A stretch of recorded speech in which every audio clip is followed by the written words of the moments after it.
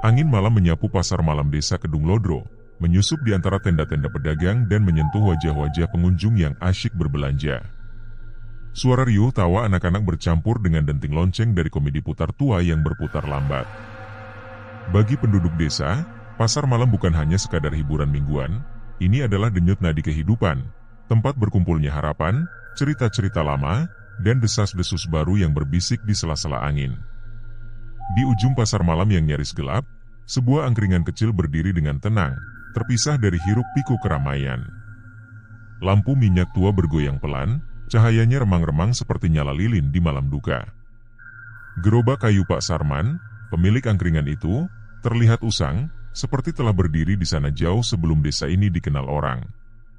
Bau dupa samar tercium dari sudut gerobak, bercampur dengan aroma sedap nasi campur dan sate usus yang mengepul dari bara kecil. Angkringan Pak Sarman tampak biasa bagi orang yang lewat, tapi bagi mereka yang pernah duduk di bangku kayunya, ada sesuatu yang tak bisa dilupakan. Rasa nasi campurnya memikat, seperti makanan surga yang membuat pelanggan ingin kembali lagi dan lagi. Namun, sebagian yang kembali terlalu sering mulai merasa ada sesuatu yang salah. Seolah-olah, mereka membawa pulang lebih dari sekadar rasa kenyang. Rumor tentang angkringan itu berhembus seperti kabut di pagi hari, samar tapi tak bisa diabaikan. Ada yang berbisik bahwa nasi campur itu dibuat dengan bumbu yang tidak biasa. Ada juga yang mengatakan, angkringan itu hanya muncul di malam-malam tertentu, ketika bulan bersinar penuh. Tapi tak ada yang benar-benar tahu kebenarannya. Mereka yang bertanya terlalu jauh seringkali hanya mendapat senyum dingin dari Pak Sarman, senyum yang membuat bulu kuduk berdiri. Beberapa pelanggan yang pernah merasakan nasi campur itu mengaku, bermimpi aneh setelah memakannya. Mimpi tentang dapur gelap dengan periuk besar yang mendidih, diaduk oleh tangan besar yang bukan milik manusia. Ketika mereka terbangun, tubuh mereka terasa lemah, seperti sesuatu di dalam diri mereka telah diambil tanpa mereka sadari. Namun, semua cerita ini hanya dianggap bualan, hingga orang-orang yang terlibat mulai menghilang satu persatu. Pak Sarman sendiri jarang bicara, tapi sorot matanya yang tajam seolah menyimpan cerita-cerita yang tak pernah diceritakan. Warga desa, meski penasaran, memilih untuk diam. Bagi mereka, angkringan itu adalah misteri yang lebih baik tidak diganggu. Hanya beberapa orang asing yang berani mencoba memecahkan teka-tekinya, dan mereka jarang kembali dengan jawaban. Suatu malam, seorang jurnalis muda bernama Zulfikar Hizbul Rahman datang ke pasar malam desa Kedung Lodro. Tujuannya sederhana, ia ingin menulis cerita tentang angkringan legendaris ini untuk majalah tempat ia bekerja. Namun, rasa penasarannya yang terlalu dalam menyeretnya ke kegelapan yang belum pernah ia bayangkan. Ia tidak tahu bahwa malam itu akan mengubah hidupnya, atau mungkin mengambilnya. Di bawah kerlip cahaya bulan, angkringan itu tampak lebih seperti jebakan daripada tempat makan sederhana. Dan malam itu, bagi Zulfikar, langkahnya menuju angkringan kecil itu menjadi awal dari mimpi buruk yang tidak akan pernah berakhir. Angin malam yang biasanya lembut kini terasa seperti bisikan maut, menggiringnya lebih dalam ke rahasia angkringan yang seharusnya tetap terkubur. Angkringan itu, dengan gerobaknya yang sederhana dan bangku kayu yang rapuh, menunggu seperti predator yang sabar. Tidak ada suara tawa atau percakapan riang di sana, hanya hening yang memekakan telinga, menunggu mangsa berikutnya duduk di bawah cahaya lampu minyaknya yang remang. Di tempat itu, tidak ada yang benar-benar pergi dengan utuh. Bagi mereka yang terlalu lama duduk, sebagian dari mereka akan tertinggal, dan tidak akan pernah kembali. Namun, apa yang sebenarnya terjadi di sana? Tak seorang pun tahu pasti, hingga rasa penasaran Zulfikar membuka pintu menuju rahasia kelam yang sudah lama terkubur. Apa yang ia temukan, bukan hanya cerita untuk majalah, melainkan kisah horor yang menanti untuk ditulis dengan darah. Sebelum video cerita horor ini berlanjut, ada baiknya para penonton untuk memberikan subscribe, like, dan menyebarkan video ini, sehingga memotivasi kami untuk membuat cerita video yang lebih menyeramkan, menakutkan, menarik, dan memberikan pesan-pesan positif dalam berkehidupan. Selain itu, tidak lupa menyalakan gambar lonceng agar Anda menjadi penonton pertama yang mengetahui saat kami upload cerita horor terbaru yang akan menguji keberanian Anda untuk mendengarkan dan menonton video ini sendirian.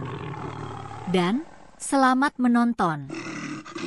Pasar malam desa Kedung Lodro di Kabupaten Banyuwangi, Jawa Timur, menyala di bawah sinar bulan yang pucat, menciptakan suasana yang terasa lebih magis daripada sekadar riuh ramai manusia dan tenda-tenda pedagang.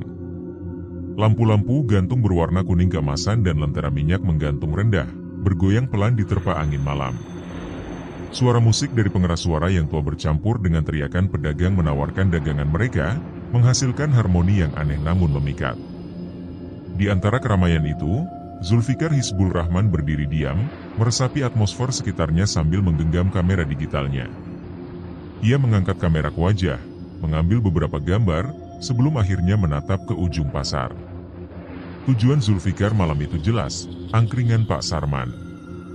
Angkringan ini bukan sekadar tempat makan biasa. Sebagai seorang jurnalis muda, ia telah mendengar kisah tentang angkringan legendaris itu dari berbagai sumber.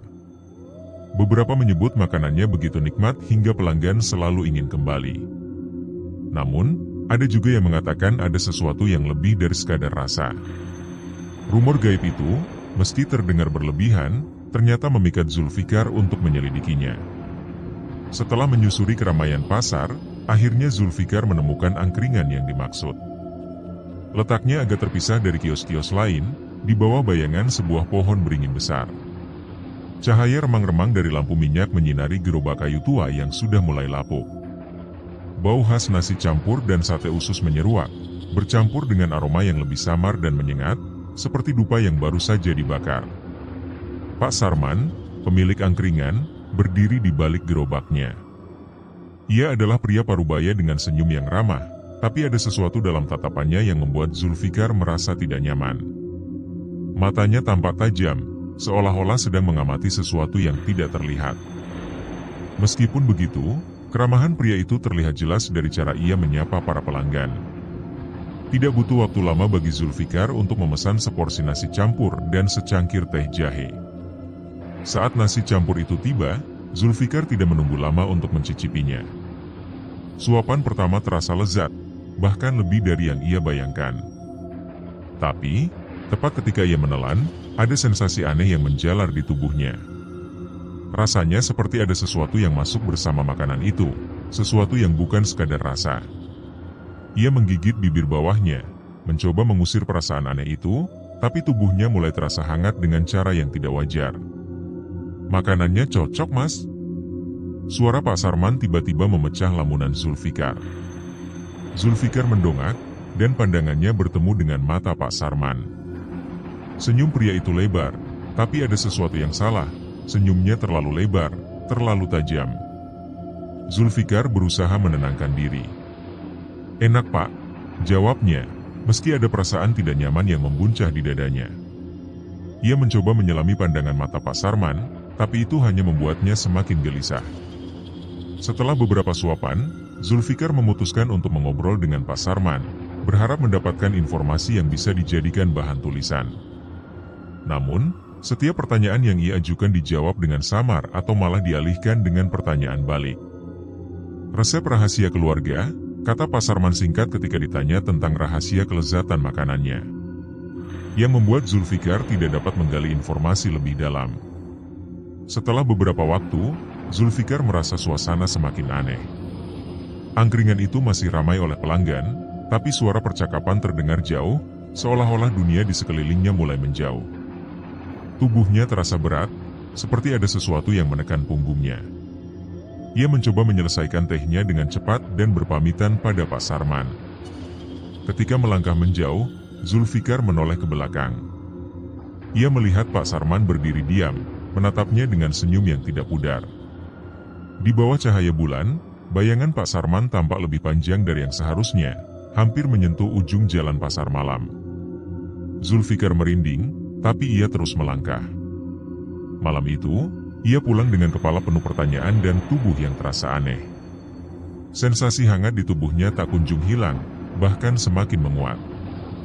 Dalam perjalanan pulang, ia terus mengingat tatapan Pak Sarman yang seperti menembus jiwanya, meninggalkan perasaan yang sulit dijelaskan, seperti ia telah memulai sesuatu yang seharusnya tidak pernah ia sentuh. Di sebuah rumah kecil yang berada tak jauh dari pasar malam desa Kedung Lodro, Larasati Rukmana, seorang pelanggan setia angkringan Pak Sarman, berbaring di atas kasur yang tipis. Matanya tertutup, tapi keningnya mengerut, menandakan tidurnya jauh dari lelap. Malam itu terasa lebih dingin dari biasanya, angin berdesir lembut melalui celah-celah dinding bambu rumahnya. Dalam mimpi yang menghantui, Laras mendapati dirinya berada di sebuah dapur yang gelap dan penuh asap. Periuk besar yang mendidih menjadi pusat dari mimpi itu. Asap mengepul tebal, menciptakan bayangan yang menari-nari di dinding. Di tengah kegelapan, sesosok bayangan hitam dengan tangan besar tampak mengaduk nasi di dalam periuk tersebut. Suara gemerisik yang keluar dari periuk terdengar seperti rintihan, seolah-olah ada sesuatu di dalamnya yang sedang sekarat. Laras ingin lari, tapi kakinya terasa terikat, sementara suara gemerisik itu semakin keras hingga menusuk telinganya. Teriakan melengking Laras memecah kesunyian malam. Ia terbangun dengan napas tersengal, tubuhnya basah oleh keringat dingin. Ruangan kamarnya yang sederhana terasa terlalu sunyi, seolah dunia di luar telah berhenti bergerak.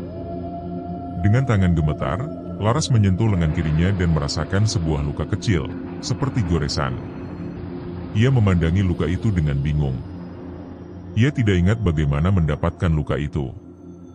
Hari-hari setelah mimpi itu terasa aneh bagi Laras. Tidurnya tidak pernah benar-benar nyenyak, dan mimpi buruk itu terus datang, seperti tayangan ulang yang semakin detail. Setiap kali ia berada di dapur gelap itu, sosok bayangan hitam tampak semakin jelas.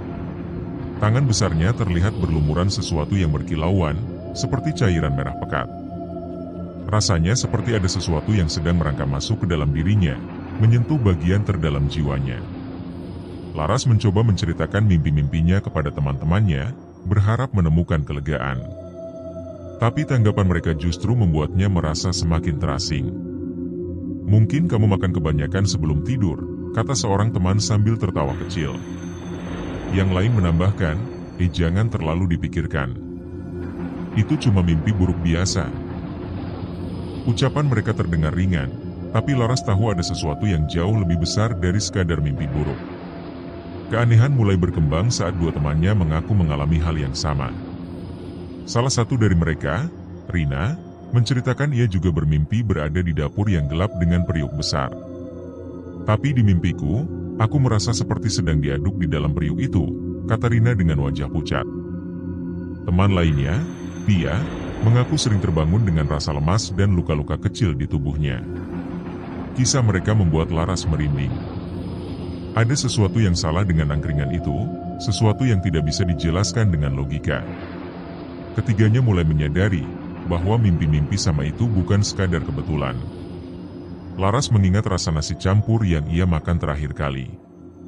Rasanya begitu lezat, tapi sekarang kenangan itu terasa menjijikan, seperti racun yang manis.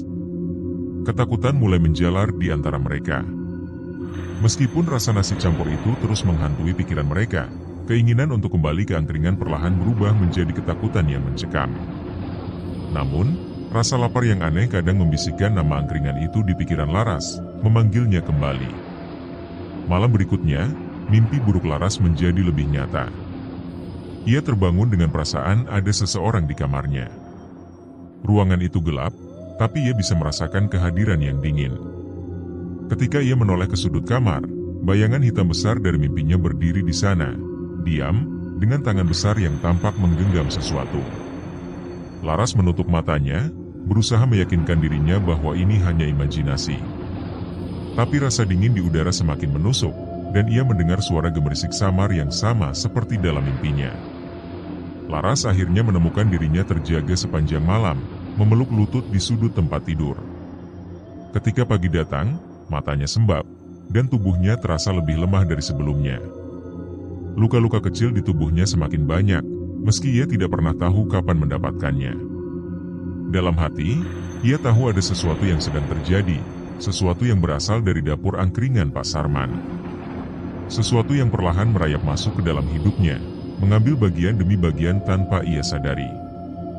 Zulfikar tidak bisa melupakan perasaan aneh yang merayap di tubuhnya setelah makan di angkringan Pak Sarman. Rasa lezat nasi campur itu membekas di lidahnya, tetapi ada sesuatu yang lebih, sesuatu yang sulit ia uraikan dengan kata-kata. Sebagai seorang jurnalis, rasa ingin tahunya tidak pernah membiarkannya diam. Malam itu, ia memutuskan kembali ke angkringan, bukan untuk menikmati makanan, melainkan untuk mencari jawaban. Angkringan Pak Sarman masih berdiri di tempatnya, diterangi cahaya lampu minyak yang redup. Malam itu tidak seramai biasanya. Beberapa pelanggan datang dan pergi, tetapi suasana terasa lebih hening, hampir mencekam. Zulfikar duduk di bangku kayu, memesan secangkir teh jahe tanpa makanan. Ia tidak ingin mengalami lagi sensasi aneh dari makanan angkringan ini. Sambil menyesap teh, ia memperhatikan gerak-gerik Pak Sarman dengan saksama. Pak Sarman tampak sama seperti malam sebelumnya, ramah, tetapi ada aura misterius yang sulit diabaikan. Gerak tubuhnya, cara ia melayani pelanggan, semuanya terlihat biasa, tetapi Zulfikar merasa ada sesuatu yang berbeda di balik senyum ramah itu. Sesekali, tatapan mata Pak Sarman terarah ke sudut gelap dapur belakang, seolah-olah ada sesuatu yang ia pantau. Ketika angkringan mulai sepi dan pelanggan terakhir meninggalkan tempat itu, Zulfikar berpura-pura pergi. Ia berjalan menjauh, lalu berhenti di balik pohon besar yang cukup gelap untuk menyembunyikan diri. Dari kejauhan, ia melihat Pak Sarman mengangkat periuk besar dari dapur belakang. Gerakannya lambat, nyaris ritualistik, seperti seseorang yang sedang melakukan sesuatu dengan penuh kehati-hatian. Hati Zulfikar berdebar kencang. Ia mencoba mendekat, berhati-hati agar langkahnya tidak mengeluarkan suara. Bau aneh menyeruak di udara, semakin kuat saat ia mendekati dapur. Aroma itu seperti campuran dupa dan sesuatu yang lain, bau anyir, seperti darah yang baru saja mengering. Zulfikar menutup hidungnya, berusaha menahan mual.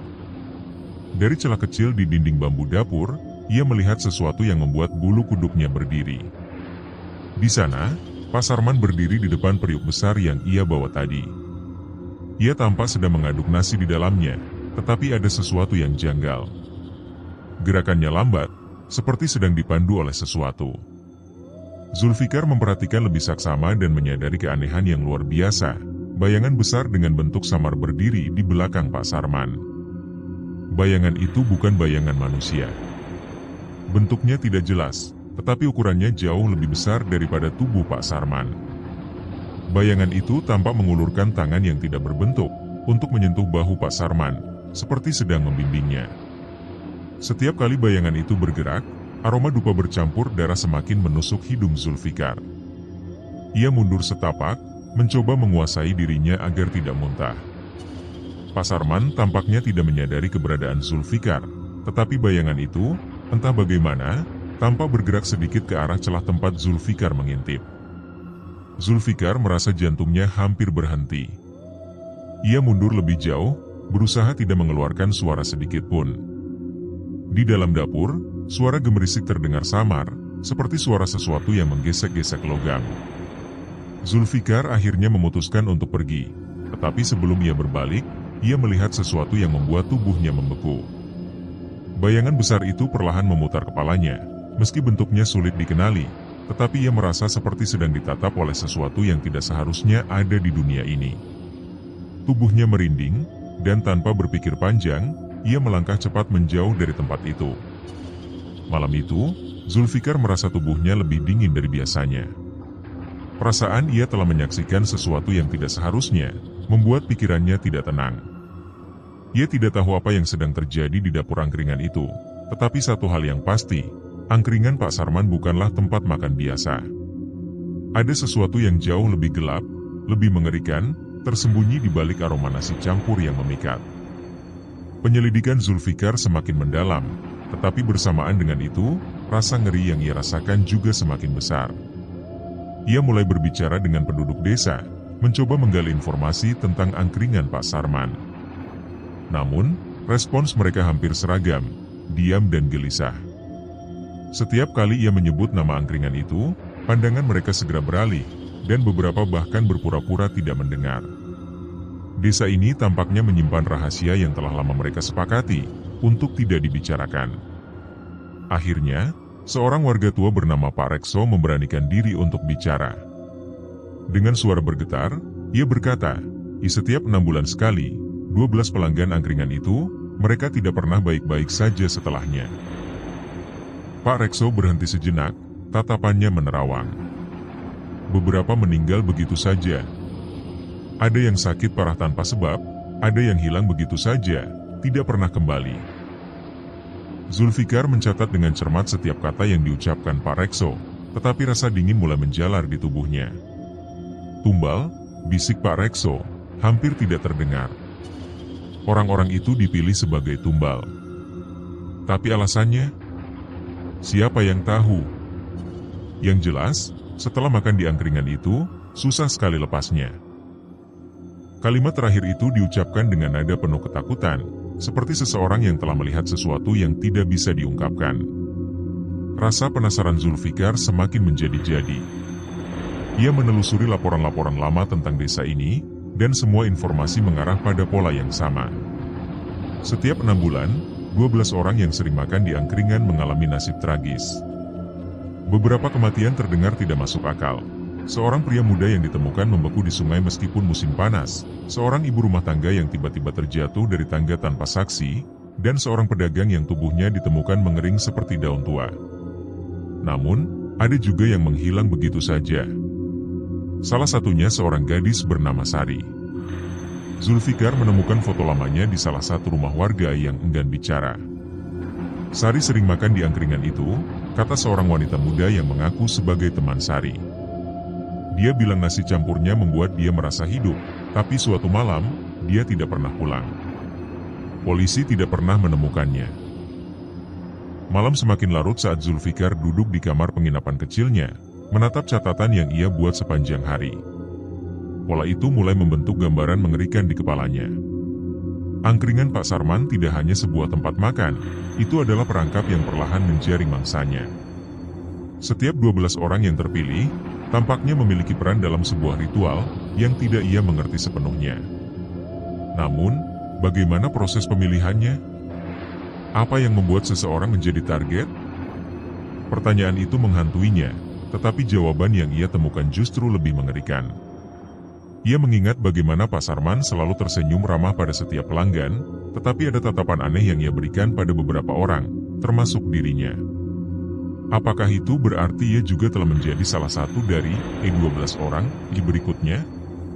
Pikiran itu membuat Zulfikar tidak bisa tidur. Ia mencoba mengabaikan rasa takutnya dengan membaca ulang catatannya, tetapi setiap informasi yang ia temukan hanya memperkuat kecurigaannya.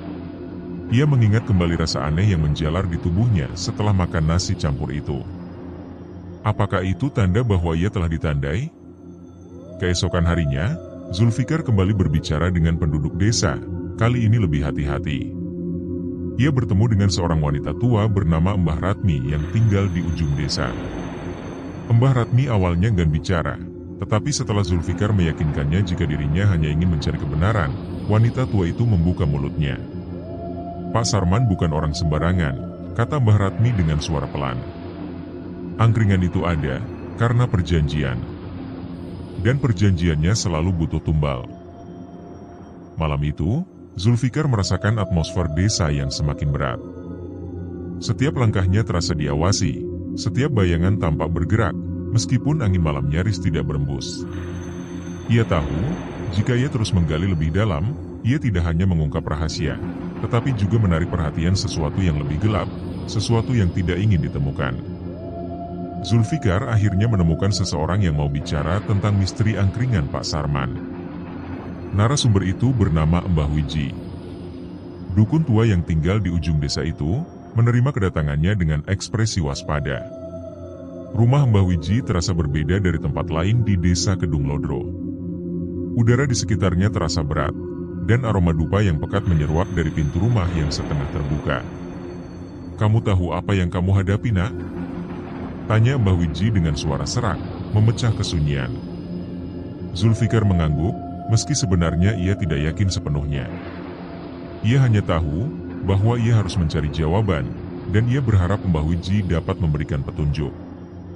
Setelah mempersilakannya duduk, wanita renta itu mulai bercerita dengan nada rendah, seolah-olah takut ada sesuatu yang mendengarkan. "Angkringan itu bukan angkringan biasa," gumamnya sambil memandang ke jendela kecil di sudut ruangan. "Pak Sarman, dia membuat perjanjian gelap dengan makhluk bernama Dewangga." Nama itu bergema di telinga Zulfikar. "Dewangga?" Suara itu terdengar asing namun mengancam. Dewangga memberinya nasi yang tak ada tandingannya, lanjut Mbah Wiji. Nasi itu nak, dibuat dari energi gelap yang hanya bisa dihasilkan lewat ritual. Sebagai gantinya, setiap 6 bulan, makhluk itu meminta tumbal.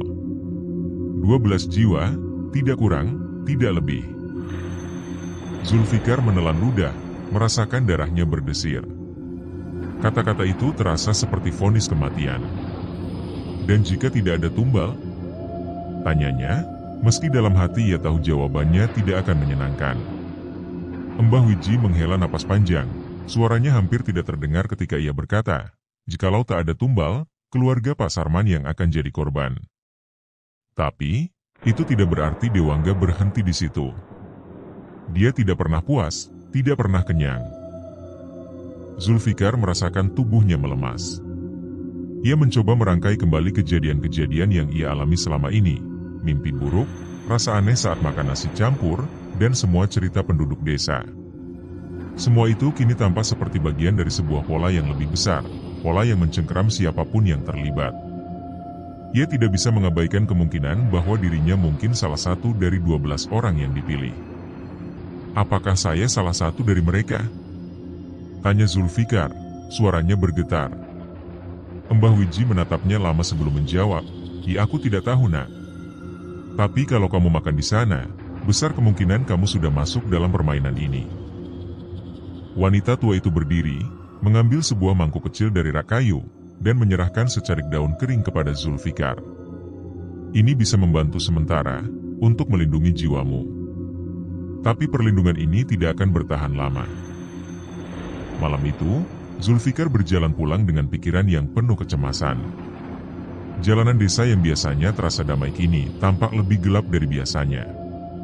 Angin dingin berhembus, membawa bisikan yang tidak jelas asalnya. Ia menggenggam daun kering pemberian Mbah Wiji erat-erat, berharap itu benar-benar bisa melindunginya dari apapun yang sedang mengincarnya. Namun, meski daun itu terasa hangat di tangannya, rasa takut tidak pernah meninggalkannya. Sesampainya di penginapan, Zulfikar menutup semua jendela dan pintu dengan hati-hati. Ia merasa seolah-olah ada sesuatu yang mengawasinya dari luar, sesuatu yang tidak terlihat tetapi nyata. Ketika malam semakin larut, bayangan di sudut ruangan mulai tampak lebih besar, seperti bergerak mengikuti napasnya. Zulfikar mencoba tidur, tetapi suara-suara aneh mulai terdengar dari luar kamar. Ketukan pelan di jendela, gemerisik daun yang seharusnya tidak ada angin. Ia menahan napas, berharap itu hanya imajinasinya. Namun, suara itu semakin jelas, bisikan dalam bahasa yang tidak ia mengerti, seperti doa yang dipanjatkan dengan nada ancaman. Ketika akhirnya suara itu menghilang, Zulfikar tahu satu hal, waktu tidak berpihak padanya. Jika ia tidak segera menemukan cara untuk menghentikan perjanjian gelap ini, ia mungkin akan menjadi salah satu dari 12 jiwa yang dikorbankan. Tetapi bagaimana caranya melawan sesuatu yang begitu kuat, begitu tua, dan begitu lapar? Malam purnama datang dengan atmosfer yang berbeda dari biasanya. Udara terasa lebih dingin, menusuk hingga ke tulang. Cahaya bulan yang besar dan terang seakan menyelimuti desa Kedung Lodro, dalam balutan perak yang tidak biasa. Bagi sebagian orang, malam ini terasa seperti malam-malam lainnya. Tetapi bagi Laras, malam ini membawa beban yang lebih berat. Tubuhnya semakin lemah, matanya sayu, dan rasa gelisah merayap di sekujur tubuhnya. Laras duduk di tepi tempat tidurnya, menatap dinding kamar yang suram. Ia mencoba memejamkan mata, tetapi suara-suara mulai terdengar dari sudut ruangan. Gumaman rendah, seperti mantra dalam bahasa yang tidak ia pahami, memenuhi udara. Ia menoleh ke arah suara itu, tapi tidak ada siapapun di sana, hanya bayangan gelap yang mulai merayap di dinding, bergerak seperti cairan pekat yang menetes perlahan. Tubuh Laras membeku, napasnya tertahan. Ia ingin berteriak, tetapi tenggorokannya terasa tercekat. Bayangan itu terus mendekat, membentuk sosok samar dengan tinggi yang tidak wajar. Tangan bayangan itu mengulurkan diri ke arahnya, dan sebuah suara dingin berbisik di telinganya. "Kau tidak akan bisa lari." Bisikan itu membuat seluruh tubuhnya bergetar, dan pada saat itu, Laras terbangun dengan napas tersengal-sengal. Namun, perasaan lega tidak datang. Laras menyadari bahwa meskipun ia terjaga, perasaan sosok itu masih ada di kamarnya tidak menghilang. Ia memeluk lututnya, menatap ke sudut gelap dengan tubuh gemetar. Udara di kamar itu terasa lebih dingin dari biasanya, dan keheningan membuat jantungnya berdetak semakin keras. Ia tahu yang dialami itu bukan sekadar mimpi, sesuatu sedang memperhatikannya, menunggu momen berikutnya untuk mendekat. Di sisi lain, Zulfikar memilih malam purnama ini untuk kembali ke angkringan. Ia merasa malam ini akan memberikan petunjuk baru tentang misteri yang ia kejar. Ketika ia tiba, angkringan Pak Sarman tampak seperti biasa, tapi suasananya terasa berbeda. Cahaya bulan yang memantul di periuk besar di dekat gerobak tampak tidak wajar. Seolah-olah periuk itu menyerap cahaya, menciptakan kilauan aneh yang membuat Zulfikar merinding. Ia duduk di bangku kayu, mencoba terlihat seperti pelanggan biasa. Kamera di tangannya siap untuk memotret apapun yang mencurigakan. Ketika ia memandang sekeliling, ia merasa angkringan itu terlalu sepi, meskipun ada beberapa pelanggan.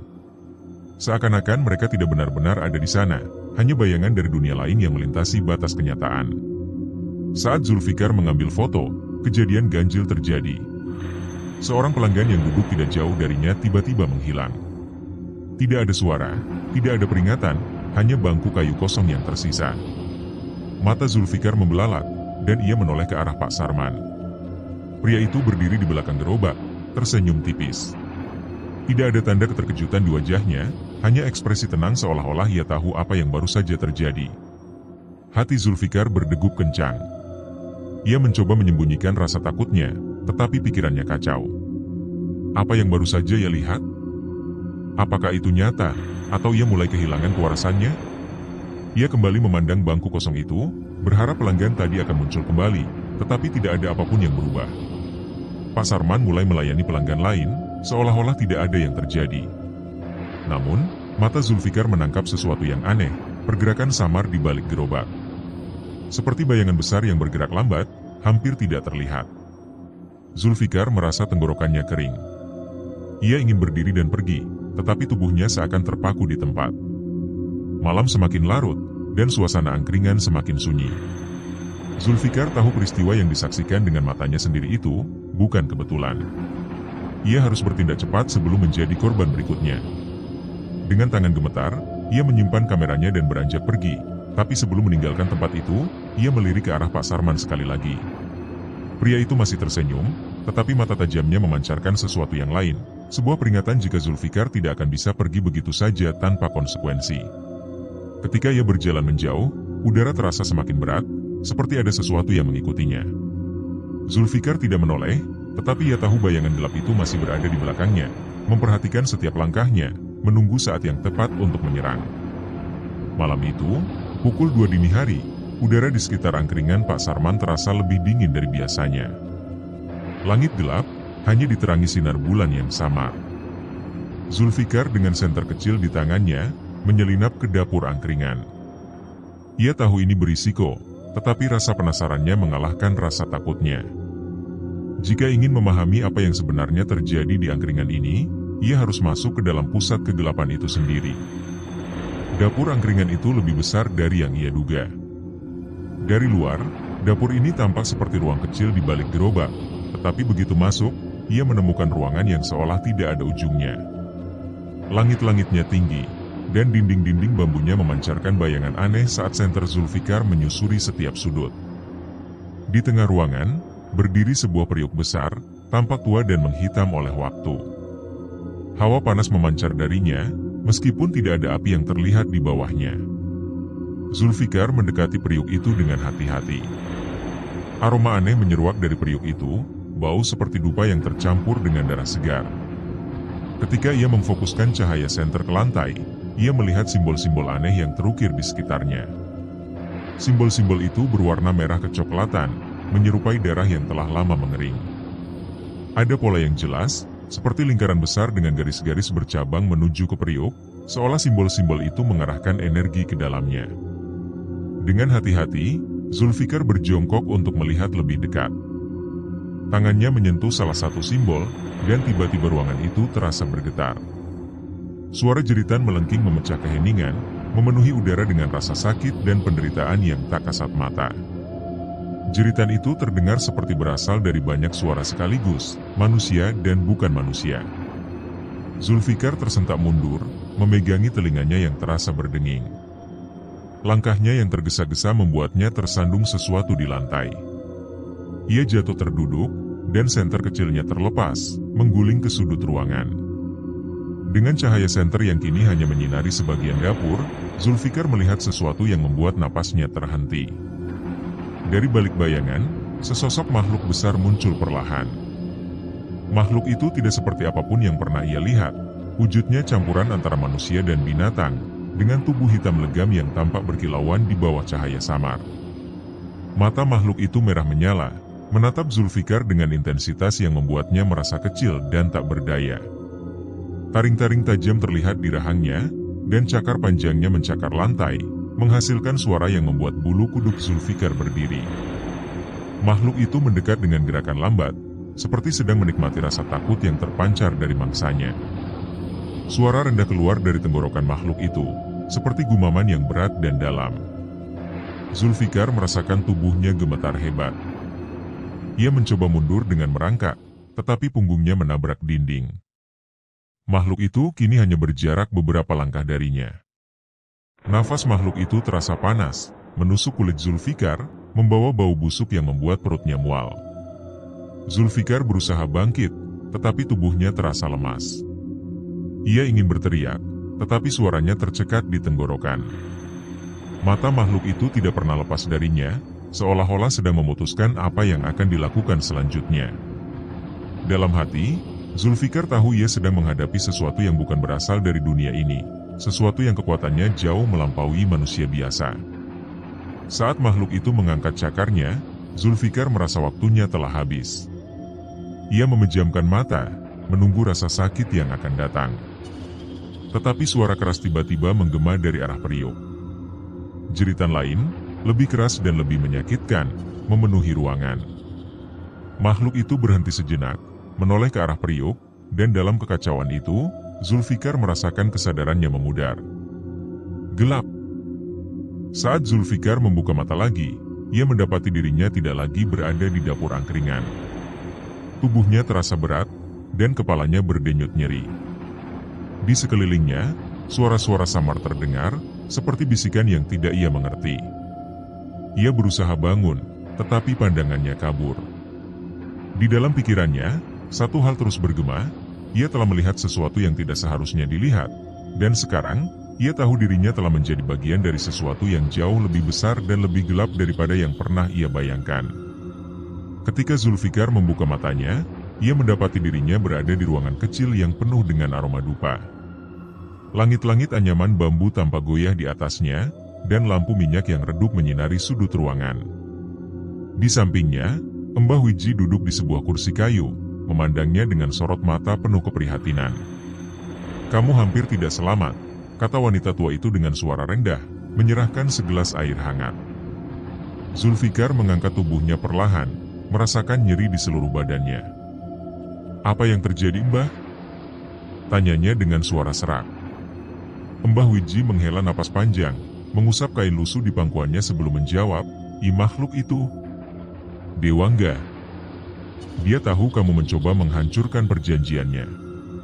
Kamu telah melangkah terlalu jauh ke dalam permainan ini." Cerita yang keluar dari mulut Mbah Wiji, membuat Zulfikar merasakan darahnya mengalir dingin. Wanita tua itu menjelaskan, sosok Dewangga bukan hanya makhluk yang lapar akan tumbal, tetapi juga makhluk yang penuh dendam. Jika seseorang berusaha menghalangi ritualnya, ia tidak akan segan untuk memburu mereka, menjadikan mereka target berikutnya. Dan, Zulfikar dengan keberaniannya menyelinap ke dapur angkringan, kini berada di urutan teratas daftar itu. "Kamu mungkin sudah ditandai," lanjut Mbah Wiji. "Ketika kamu menyentuh simbol-simbol itu, kamu membuka pintu antara dunia kita dan dunia mereka. Sekarang, mereka tahu siapa kamu." Zulfikar merasa seluruh tubuhnya melemas. Dalam benaknya, terngiang kembali jeritan-jeritan yang ia dengar di dapur angkringan.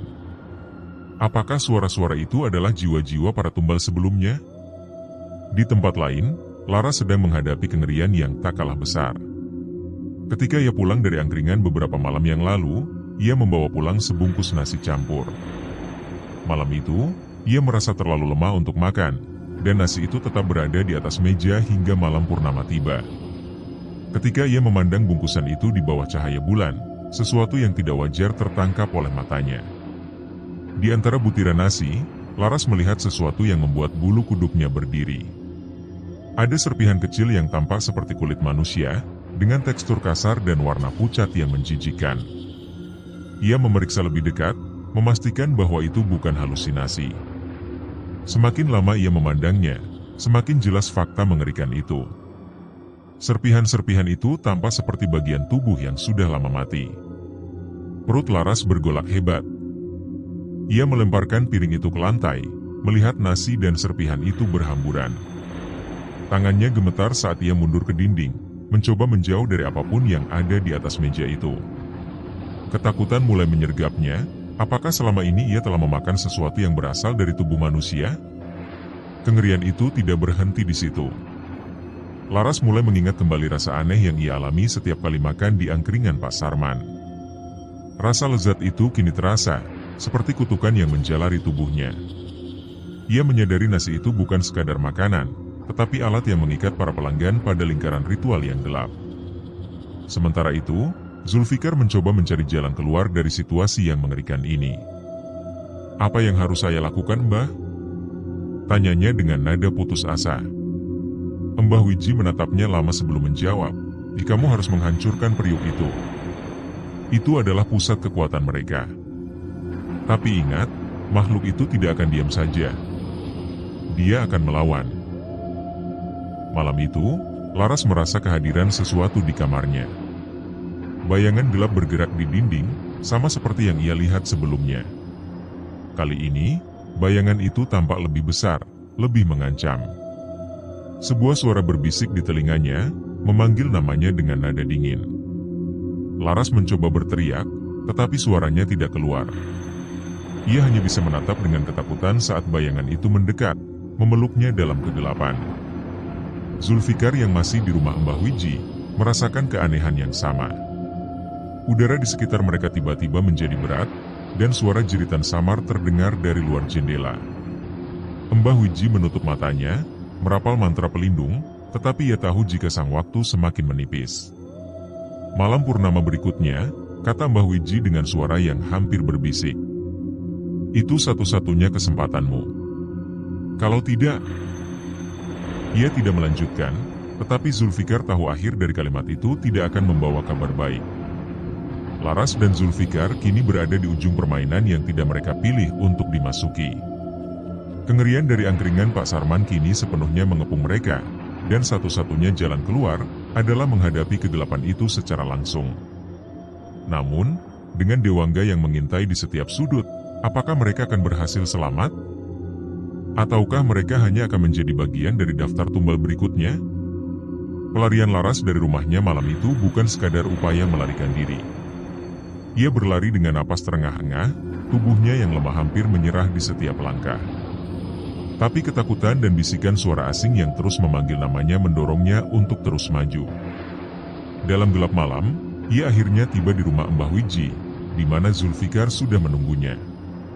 Mbah Wiji dengan tatapan tajam namun penuh kekhawatiran, menjelaskan jika saat ini adalah momen terakhir mereka untuk menghentikan Dewangga.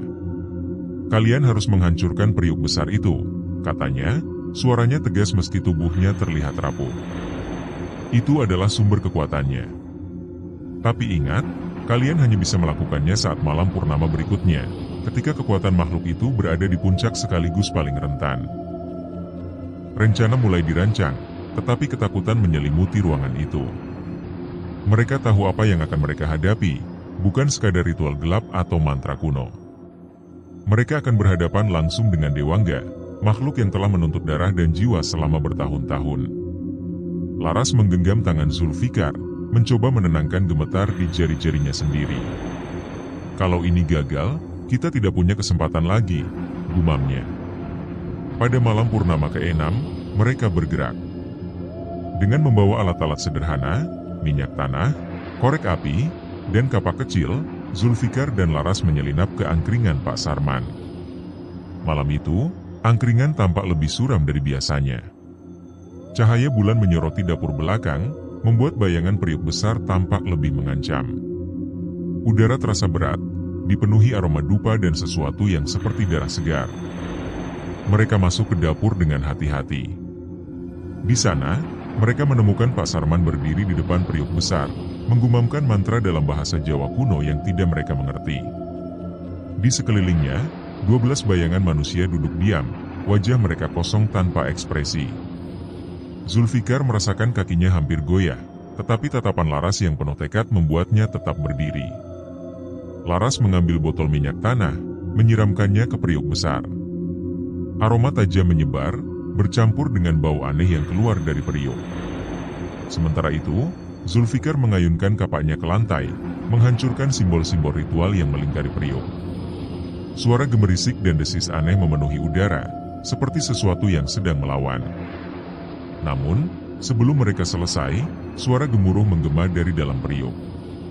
Dari kegelapan, Dewangga muncul dalam wujud aslinya. Tubuhnya tinggi besar, dengan tanduk melengkung dan cakar yang tajam. Matanya merah menyala, penuh dengan kebencian dan rasa lapar. Suara geramannya membuat ruangan itu bergetar, sementara angin dingin berhembus dari arah yang tidak jelas. Makhluk itu mengamuk, menyerang tanpa ampun. Laras berusaha menghindar, tetapi cakarnya sempat melukai bahunya. Darah mengalir, tetapi ia tidak berhenti. Dengan tangan gemetar, ia terus menyiram minyak tanah ke periuk, memastikan setiap sisi basah.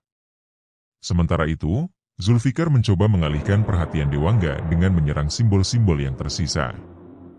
Jeritan melengking keluar dari periuk besar saat Zulfikar akhirnya berhasil menyalakan api.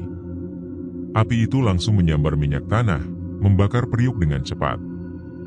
Jeritan lain terdengar, kali ini lebih keras, seperti ratusan suara manusia yang memohon dan menangis. Dewangga, yang kini terlihat lebih lemah, melolong kesakitan. Tubuhnya yang besar mulai pecah, seperti kaca yang retak.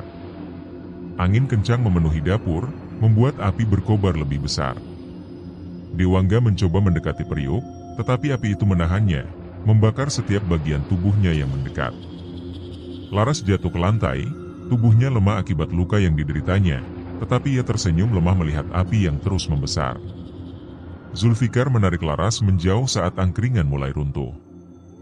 Dinding bambu roboh satu persatu, sementara periuk besar itu akhirnya meledak dengan suara menggelegar. Api dan asap memenuhi udara, menyapu semua yang ada di dalam dapur.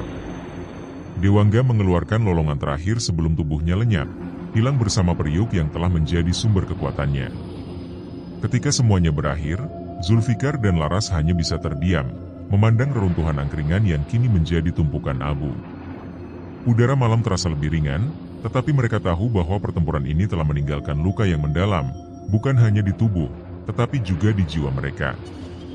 Namun, untuk pertama kalinya dalam waktu yang lama, malam terasa benar-benar hening, tanpa bayangan yang mengintai.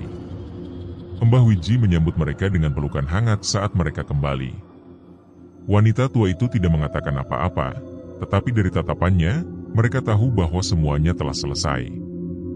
Angkringan itu, bersama Dewangga, telah lenyap. Namun, meskipun angkringan telah hilang, Zulfikar dan Laras tahu kisah ini akan tetap hidup dalam ingatan mereka, selamanya menjadi pengingat akan kegelapan yang pernah mereka hadapi.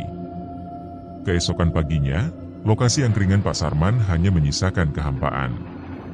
Tidak ada jejak gerobak tua, periuk besar, atau bahkan sisa-sisa kayu bambu dari dinding dapur yang roboh.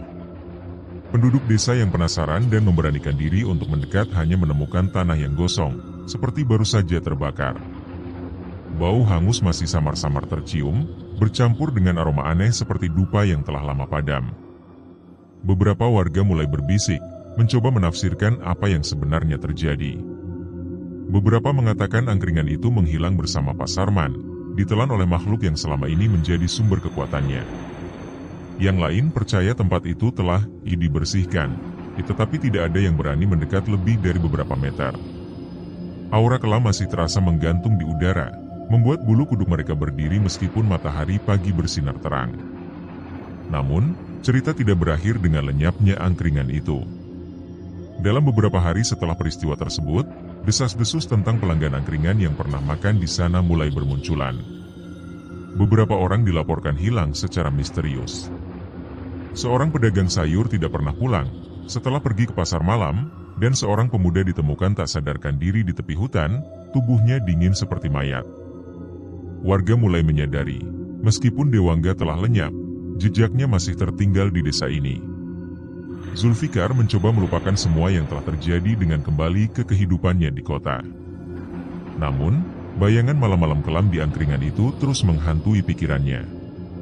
Ia menuliskan semua pengalamannya dalam sebuah artikel, berharap dapat memperingati orang-orang tentang bahaya yang ia hadapi. Artikel itu mendapatkan perhatian luas, tetapi Zulfikar tahu, tidak semua hal bisa dijelaskan dengan kata-kata. Setiap kali ia membaca ulang artikelnya, ia merasa ada bagian yang hilang, sesuatu yang tidak bisa ia uraikan. Bayangan periuk besar, simbol-simbol kuno, dan mata merah menyala Dewangga masih sering menghantui mimpinya. Ia berharap lewat artikel investigasi yang dituliskan itu, ia bisa membebaskan dirinya dari bayangan tersebut, tetapi perasaan gelisah itu tidak pernah benar-benar hilang. Di sisi lain, Laras juga mencoba kembali ke rutinitasnya, tetapi luka-luka yang ia alami, baik di tubuh maupun di jiwa, tidak mudah sembuh.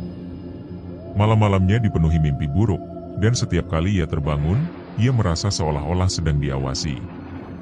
Meskipun ia dan Zulfikar telah menghancurkan periuk besar itu, Laras tidak bisa menghilangkan perasaan ada sesuatu yang masih mengintainya dari kegelapan. Desa Kedung Lodro perlahan kembali ke kehidupannya yang normal, tetapi atmosfernya berubah. Tidak ada lagi pasar malam yang meriah, dan angkringan yang dulunya menjadi pusat keramaian, kini hanya menjadi cerita yang dibisikkan dengan ketakutan. Anak-anak tidak lagi bermain di dekat lokasi bekas angkringan, dan orang dewasa menghindari berbicara tentang apa yang mereka lihat atau dengar. Suatu malam, Zulfikar menerima telepon dari seorang warga desa yang pernah ia wawancarai. Suaranya terdengar putus asa. "Mas Zulfikar, saya melihat sesuatu," katanya terbata-bata.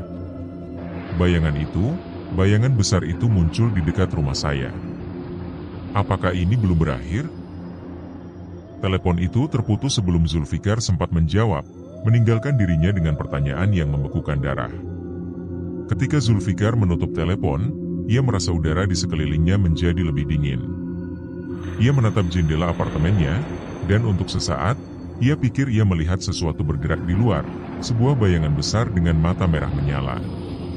Namun, ketika ia berkedip, bayangan itu menghilang, meninggalkan rasa takut yang mencekam.